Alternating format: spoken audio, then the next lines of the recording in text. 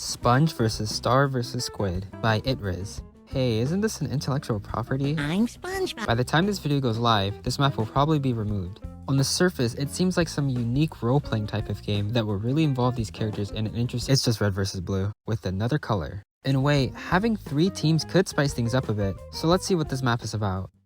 As stated, it's a 3 teams map with 24 players, so 8 players max per team. The basic objective here is a team deathmatch, with no real goal or conclusion. The game seems to go on forever, at least until everyone leaves, or if the creative server resets. A lot of red vs blue and free-for-all maps go for this approach. It's good for when players join mid-match, they don't have to worry about a game ending as soon as they joined, but it does sort of remove the thing you're working towards, and there's no real ending. Still, there's a lot of fun to be had with maps like this, which I'll be getting into. There's a timer in the middle of the map, which lets players know when the builds are going to reset, as well as a vault timer, though it pretty much seems like once the vault opens, it remains open for the rest of the game. Outside of that, that's all there is to the gameplay loop. Eliminate players of the opposing team, and respawn when you get eliminated. So what's up with the SpongeBobs? As mentioned, it really takes the approach of all the other red vs blue maps. They kind of play into the theming with set pieces here and there, but for the most part, it remains vanilla, with PNGs of SpongeBob characters plastered on some walls. This is something that I don't quite understand. Outside of the obvious attempt at clickbaiting with this colorful thumbnail, if you're going to use these characters, why not play into that more with certain team-specific abilities or anything really to be unique? And even then, you don't have to infringe on the intellectual property. For instance, I love the naming of this map. It's just Sponge, Star, and Squid, which isn't exactly the legal names of these characters, but we can all understand what it's supposed to imply, just from the context. You can even take this a step further and have Sponge, Star, and Squid theming within the thumbnail, as well as any map set pieces. So what if the Squid team is more ocean themed, Star can be astronomical, and Sponge can just be yellow? These designs could be further propagated throughout the map, which would have made for an interesting design around these 3 teams, instead of going for the generic obstacle course gallery used in nearly every red vs blue map.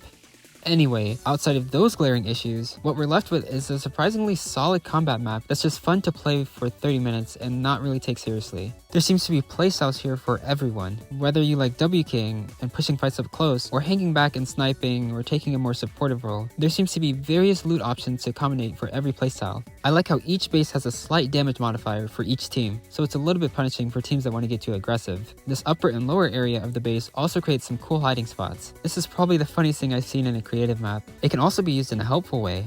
In fact, it seems like everyone got the memo. There seems to be a weird FOV glitch that happens after getting eliminated a few times with the Falcon. Not sure if this is related to the map specifically, but I thought I should mention it.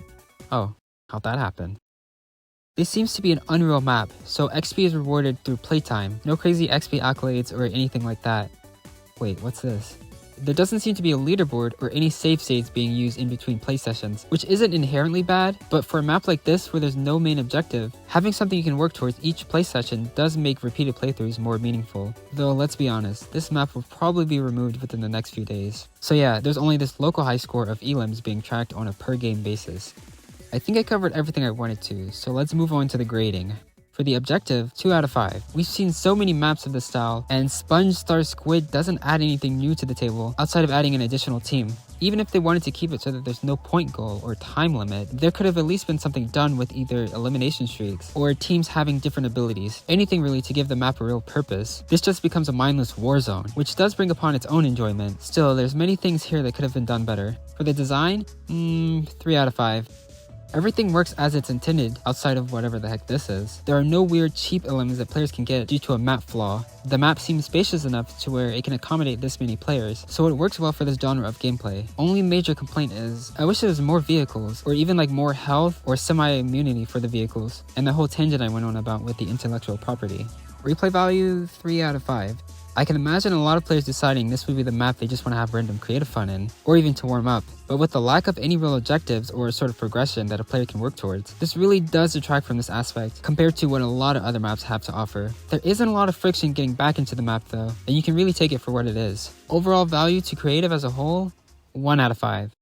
Again, you're basically breaking 2S with assets like this. Maps like this probably won't last long in the creative ecosystem as a whole, and it really does devalue the platform and creates a weird pressure against other creators when it comes to making interesting and unique maps, versus something that'll easily grab the attention of many in an unfair way. On top of that, this whole genre of red versus blue free-for-all is completely overdone, and recreating that same formula without exactly adding anything new seems completely pointless, which leads us to a total score of 4.5 out of 10, F.